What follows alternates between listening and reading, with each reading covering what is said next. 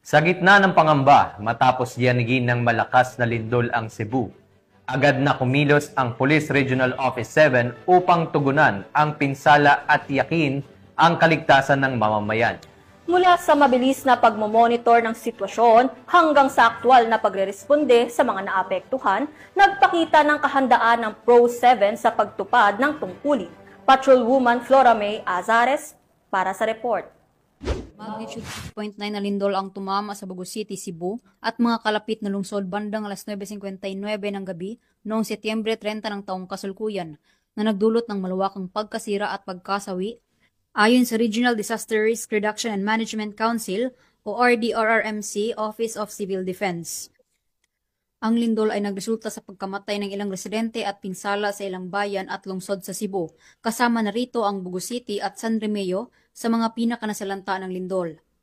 Kinumpirma rin ng mga ulat ng otoridad ang mga nasawi sa Tabuelan, Medellin at Talisay, habang ang daan bantayan ay nagtala ng maraming bilang ng mga nasugatan na kung saan marami ang may minor injuries. Patuloy na pinagsasama-sama ng mga otoridad ang mga ulat habang patuloy pa rin ang pagsubaybay at pag-verify. Naiulat din ang mga pinsala sa infrastruktura, 4 na gusali ang gumuho kabilang ang 3 sa Bugo City at ang sports complex sa San Remeo.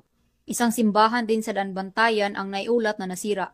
Nagkaroon din ng mga isyong istruktura ang mga gusali ng gobyerno kabilang ang mga bitak sa Tabuelan MPS at CSMC building sa Talisay, gayon din ang mga naiulat na pinsala sa daan bantayan MPS. Tiniyak ni Police Regional Office 7, Regional Director Police Brigadier General Edrico A. Maranan sa publiko na may mga search and rescue teams nang itinalaga upang tulungan ang mga biktima ng mga apektadong komunidad.